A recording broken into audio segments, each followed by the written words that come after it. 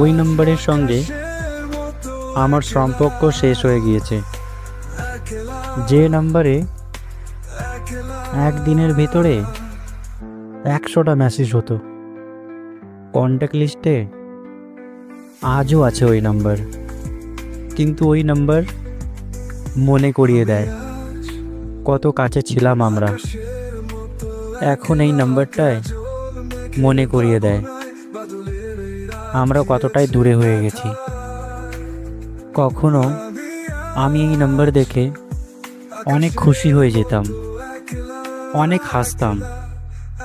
এখন ওই নাম্বারটাই খারাপ হয়ে গিয়েছে। দেখে নি ঘুমানোর আগে ওর ডিপি। জানি না কেন, একটু অভ্যাস হয়ে গেছে। তারপরে ওই নাম্বারটাই এখন আমার জীবনের গল্প হয়ে গিয়েছে।